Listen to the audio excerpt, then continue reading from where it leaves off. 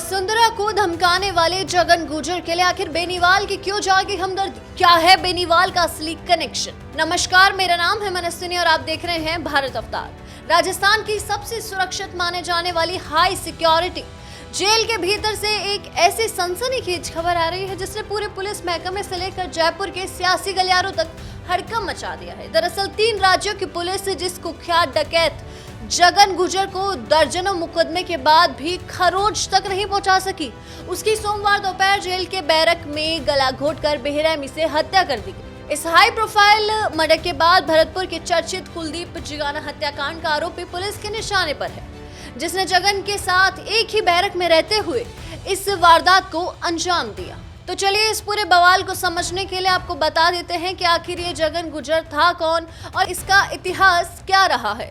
दरअसल धौलपुर के एक छोटे से गांव में कभी साइकिल से दूध बेचने वाला जगन गुर्जर करीब 3 दशक पहले अपराध की दुनिया में उतरा और बिहार का बेताज बादशाह बन गया।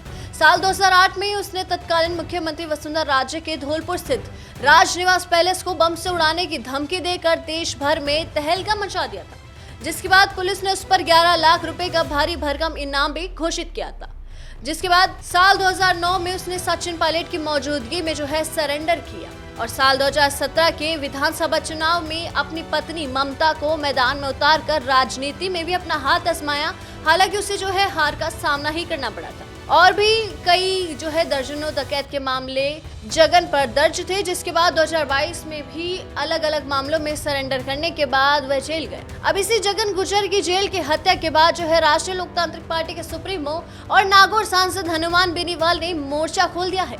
बेनीवाल ने इस हत्याकांड के पीछे गहरी साजिश की आशंका जताते हुए मामले की तत्काल सीबीआई जांच की मांग की है।